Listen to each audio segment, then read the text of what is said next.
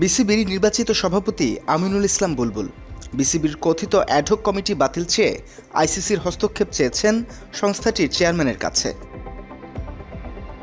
বাংলাদেশের কাছে আসা গোপন ওই নথি থেকে জানা যায়, বাংলাদেশ ক্রিকেট পরিচালনা ব্যবস্থার সাম্প্রতিক কিছু ঘটনাবলী নিয়ে আইসিসির চেয়ারম্যান জয় শাহের কাছে উদ্বেগ প্রকাশ করা হয়েছে। নথিতে বলা হয়, গত 6 অক্টোবর বিসিবির সংবিধান অনুযায়ী অনুষ্ঠিত নির্বাচনের মাধ্যমে গঠিত নির্বাচিত বোর্ডকে বেআইনিভাবে ভেঙে দিয়ে জাতীয় ক্রীড়া পরিষদের উদ্যোগে একটি অ্যাডহক কমিটি গঠন করা হয়।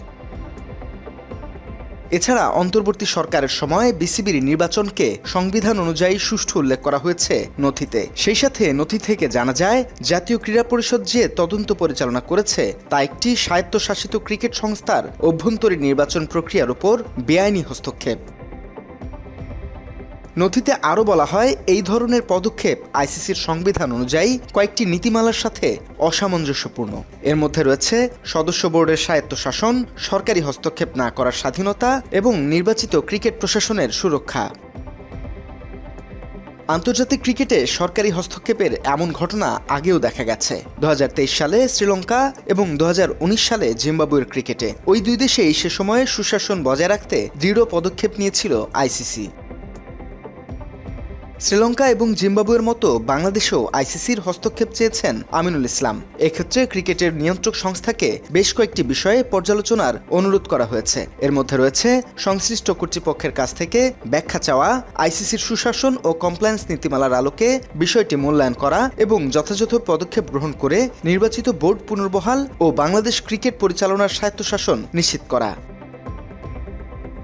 মাত্র 30% টাকায় জমির মালিক হয়ে নতুন বাংলাদেশের গড়ে তোলার স্বপ্ন দেখা বাংলা বসতি। নথির শেষ দিকে আমিনুল ইসলাম বলেন, সুশাসন, স্বচ্ছতা এবং আইসিসির মানদণ্ড অনুযায়ী ক্রিকেটের ধারাবাহিক উন্নয়নের প্রতি প্রতিশ্রুতিবদ্ধ তিনি। প্রয়োজনে অতিরিক্ত যে কোনো নথি বা ব্যাখ্যা প্রদান করতেও প্রস্তুত রয়েছেন বলে নথিতে জানান আমিনুল।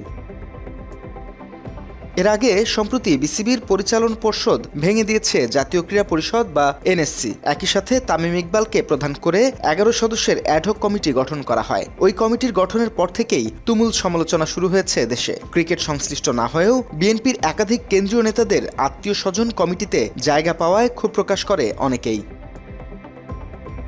বিষয়টি নিয়ে আলোচনা হয় জাতীয় সংসদেও। সেখানে বিসিবিকে বাপের দোয়া ক্রিকেট বোর্ড হিসেবে ব্যঙ্গ করেন কুমিল্লা 4 আসনের সংসদ সদস্য ও এনসিপি নেতা হাসনাত আব্দুল্লাহ। যেভাবে বিসিবিকে এখন আর বাংলাদেশ ক্রিকেট বোর্ড এটা নাই, এটা হয়ে গেছে বাপের দোয়া ক্রিকেট বোর্ডে পরিণত হয়েছে।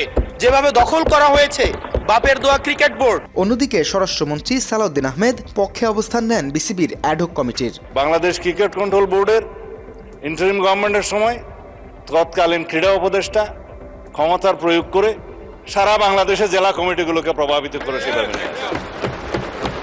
আমরা এখানে কোনো বাপের দোয়া মায়ের দোয়া করি না।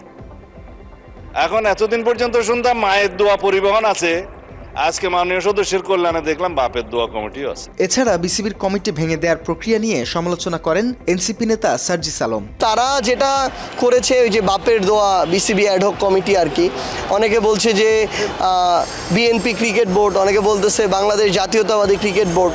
তো প্রত্যেকটা লেয়ারে লেয়ারে মানুষ কিন্তু এটাকে তাদের জায়গা থেকে মানে তারা যে ক্ষমতার অপব্যবহারটা করেছে এটাকে বিদ্রূপ করছে। এবং সবচেয়ে দুঃখজনক হলো এটা ভেঙে দিয়ে তারা যদি তাদের দলীয় সরকারের মন মতো করে করবে, এটারও একটা লিমিট থাকা দরকার ছিল। কিন্তু তারা আসলে যেটা করেছে ক্ষমতার অপব্যবহারের। চারিদিকে এমন সমালোচনার মাঝেই অ্যাডহক কমিটি বাতিল চেয়ে আইসিসির হস্তক্ষেপ কামনা করলেন আমিনুল ইসলাম বুলবুল। সব বিতর্কের ঊর্ধ্বে দেশের ক্রিকেটের মঙ্গল হোক, এমন প্রত্যাশা ক্রিকেট প্রেমীদের। Desk report, Bangla addition.